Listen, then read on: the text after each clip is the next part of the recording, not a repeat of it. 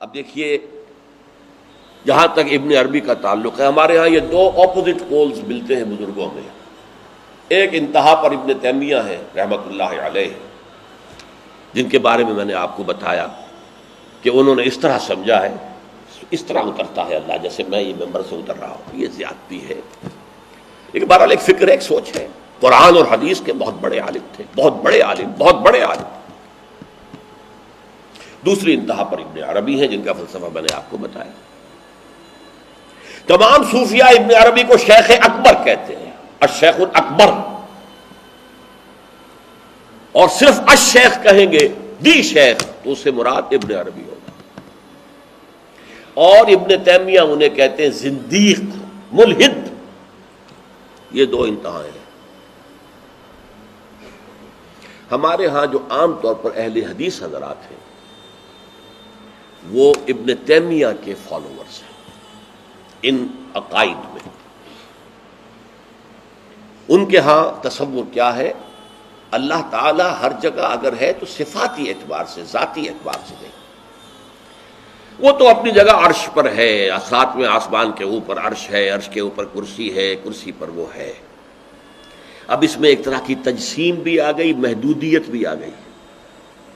اس کائنات میں تو اللہ ہے ہی نہیں، تو پھر اللہ محدود ہو گیا نا، وہ تو کسی خاص جگہ پر ہو گیا نا. ایک تصور یہ ہے. اور عام آدمی یہ بھی سمجھے تو ٹھیک ہے، اسے یہ معلوم رہے کہ اللہ ہی رازق ہے، اللہ ہی خالق ہے، اللہ ہی مصیبت سے نجات دلانے والا ہے، اللہ ہی مشکل کشا ہے، اللہ ہی حاجت روا ہے، اللہ ہی، یہ بس اسے معلوم ہو، توحید مکمل ہو گئی. لیکن فلسفہ کچھ اور شے ہے، فلسفہ کچھ اور سوالات پیدا کرتا ہے. جیسے میں نے کہا ہے صفات ذات حق حق سے جدا یا عین ذات. اب یہ فلسفہ ہے. صفات باری تعالی اگر قدیم ہے صفات تو یہ غصہ، یہ تو قدیم نہیں ہو سکتا. غصہ تو کسی کام پر آیا، خوشی تو کسی کام پر ہوئی، یہ قدیم کیسے ہوگا؟ تو عین یا غیر، لا عین ولا غیر.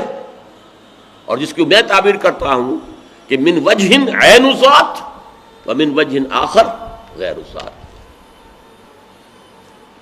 اب اس سلسلے میں علامہ اقبال نے جو بات کہی ہے، جو پروفیسر یوسف سلیم چشتی مرحوم نے مجھے بتایا تھا کہ انتقال سے صرف 3 ماہ قبل یہ اشعار کہے. وحدت الوجود کے، پینتھیزم کے، دونوں کے شدید مخالف تھے علامہ اقبال شروع میں. اسی لیے وہ حافظ کو بھی بہت بڑا گمراہ کن شاعر سمجھتے تھے، اس لیے کہ وحدت الوجود کے عامیانہ انداز میں جو ہے وہ شاعری میں جب اس کو آ گیا ہے تو عوام کے زبان پر جب چڑھا ہے تو وہ اس کے ڈانڈے پینتھیزم سے مل گئے، عوام کے اندر اس کا تصور یہ ہو گیا. لیکن آخر میں انہیں بھی آنا پڑا ہے. تو اے ناداں دل آگاہ دریاب، اے نادان وہ دل تلاش کر جو آگاہ ہو، ہر چیز سے واقف ہو. لا موجود الا اللہ دریاب، لا موجود الا اللہ. وہ جو میں نے آپ سے عرض کیا تھا نا کہ لا الہ الا اللہ کے 3 لیولز ہیں. لا معبود الا اللہ، لا مطاع الا اللہ، لا حاکم الا اللہ، ان الحکم الا للہ، لا رازق الا اللہ، لا خالق الا اللہ. اور دوسرا لیول لا مطلوب الا اللہ، لا مقصود الا اللہ، لا محبوب الا اللہ. اور تیسرا لیول لا موجود الا اللہ. ہمارے ٹاپ کے فلسفی اور صوفیاء اس لا موجودہ الا اللہ پر پہنچے. اور 12ویں صدی کے مجدد اعظم شاہ ولی اللہ دہلوی رحمۃ اللہ علیہ، انہوں نے اس میں قول فیصل کہا کہ محی الدین ابن عربی کی وحدت الوجود اور شیخ احمد سرہندی کی وحدت الشہود میں باریک سا فرق ہے تعبیر کا، ورنہ وہ ایک ہی ہے. اور اس کو انہوں نے عنوان دیا توحید وجودی.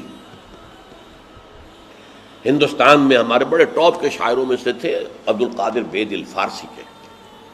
اس وقت تک ابھی اردو کا وجود ہی نہیں تھا، اردو تھی نہیں ہندوستان میں اس وقت. تو شیخ عبد القادر بیدل جو ہیں وہ وحدت الوجود کے بہت بڑے قائد تھے.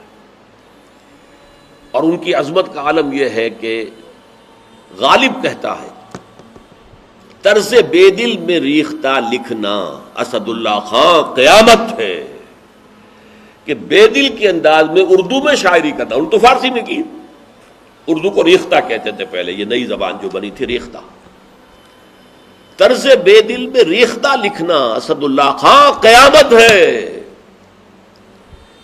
لیکن وہ اسد اللہ خان بھی یہ کہتے ہیں جارو بلا بیار کہ این شرک فی الوجود با گرد فرش سینہ با ایواں برابر است۔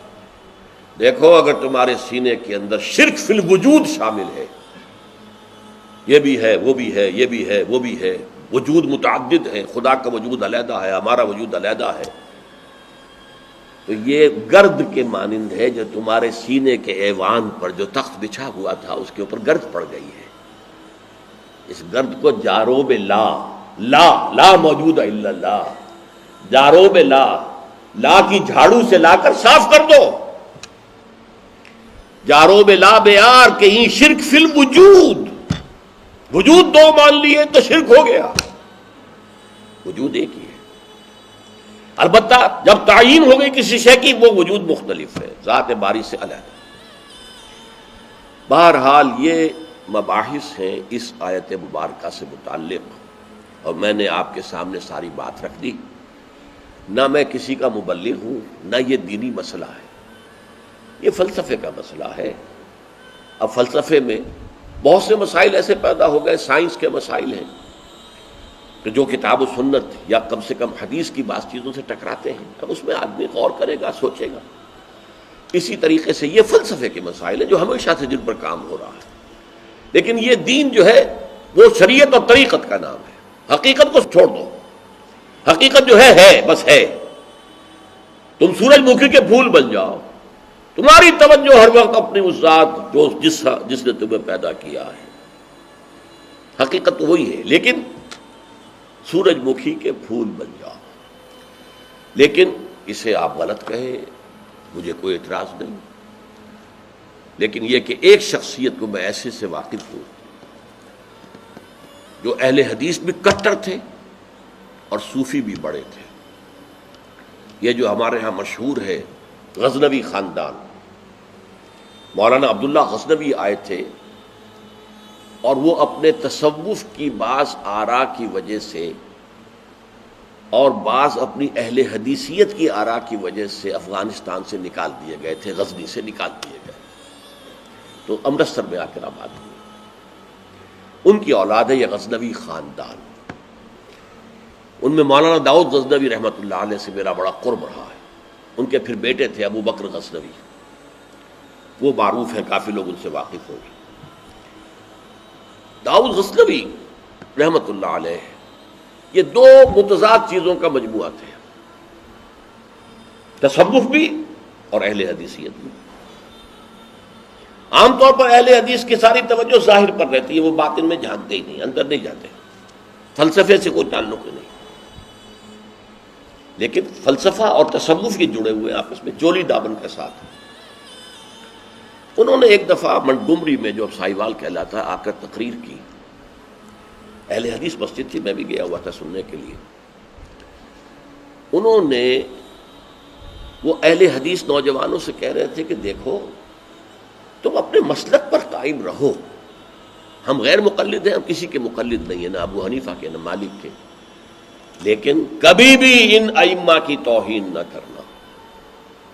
یہ ہمارے عام نوجوان جو کہتے ہیں ابو حنیفہ کو کیا پتا تھا، ابو حنیفہ کے پاس تو علم ہی نہیں تھا، ابو حنیفہ تو جو ہے علم حدیث میں کورے، یہ توہین کے الفاظ کبھی استعمال نہ کریں۔ اچھا، اس واعظ کے ساتھ انہوں نے مثال دی کہ دیکھیے شیخ محی الدین ابن عربی رحمۃ اللہ علیہ کے سب سے بڑے مخالف شیخ احمد سرہندی رحمۃ اللہ علیہ تھے، دونوں کے لیے رحمۃ اللہ علیہ کہا۔ میں حیران ہو گیا، یہ وہابی آدمی، کٹر وہابی اہل حدیث، اور یہ شیخ ابن عربی رحمۃ اللہ علیہ کہہ رہا۔ خیر میرے دل پر بھی اثر ہوا کہ بڑی وسعت ہے ان کے فکر و نظر میں۔ میری اہلیہ کے چچا تھے، ان کے ایک بیٹے، سب سے چھوٹے بیٹے یہاں مجمع میں موجود بھی ہیں، شیخ فضل الرحمان مرحوم۔ ان کے بہت گہرے تعلقات تھے یہ جو خاندان غزنوی خاندان سے. انہوں نے شام کو کھانے پر بلایا، مجھے بھی بلا لیا، میں ان کا داماد ہی تھا نا. تو وہاں میں نے کہا کہ حضرت آپ نے شیخ ابن عربی کے ساتھ رحمت اللہ علیہ کے الفاظ استعمال کیے، جبکہ ابن تیمیہ نے کوئی شرعی گالی چھوڑی نہیں ان کے لیے. زندیق، ملحد، اور آپ اہل حدیث ہیں، یہ کیسے ہوا؟ میں ان کی عظمت کا قائل ہو گیا، ان کی آنکھوں میں آنسو آ گیا. کہنے لگے ڈاکٹر صاحب یہ دونوں ہمارے بزرگ ہیں، ہم خرد ہیں، آپس کے اختلافات وہ جانے، ہم چھوٹے ہیں، خرد ہیں، خرد رہنے ہی میں عافیت سمجھتے ہیں، ہمارے لیے دونوں محترم ہیں. اور مسجد میں انہوں نے ایک مثال بیان کی تھی کہ شیخ احمد سرہندی رحمۃ اللہ علیہ نے شیخ ابن عربی کے بارے میں اپنے مکتوبات میں لکھا ہے، ما ذل بردار خان ایشانم لیکن چکنم معاملہ صفات باری تعالی است، کہ ہم شیخ ابن عربی کے دسترخوان کے جھوٹے ٹکڑے کھانے والوں میں سے ہیں. کون کہہ رہا ہے؟ مجدد الفسانی کہہ رہا ہے. ما ذل بردار خان ایشانم، ان کے دسترخوان کے سوکھے جوڑے ہوئے جھوٹے ٹکڑے کھانے والوں میں سے ہم ہیں. لیکن چکنم، لیکن کیا کریں، معاملہ سے بات باری تعالی است. یہ باری تعالیٰ کی صفات کا معاملہ ہے، ہمیں اختلاف کرنا پڑ رہا ہے، اختلاف ہم کر رہے ہیں، لیکن ہم ان کے دسترخوان کے جھوٹے ٹکڑے کھانے والے. یہ کہہ رہے ہیں شیخ احمد سرہندی رحمۃ اللہ علیہ، جن کے بارے میں مشہور ہے کہ ابن عربی کا یا تو مخالف اول ابن تیمیہ رحمۃ اللہ علیہ، اور یا پھر مخالف دوم جس نے جوابی فلسفہ پیدا کیا وہ شیخ احمد سرہندی رحمۃ اللہ علیہ. تو یہ ہے کہ ان چیزوں کے بارے میں اپنے سینوں کو وسعت دیجیے. آپ ابن عربی کی بات کو چھوڑ دیجیے، پھینک دیجیے، لیکن توہین نہ کیجیے، اس کو خام خواہ کفر سے تعبیر نہ کیجیے. یہ چیزیں جو ہیں، اور پھر ہمارے سارے صوفیہ جو اس کے قائل ہیں، پھر ان سے بدزنی ہو گئی. میں صرف اس لیے کہ وہ بدزنی اور دلی نفرت کا معاملہ ختم ہو جائے، میں یہ ساری بحث اس لیے کیا کرتا ہوں، ورنہ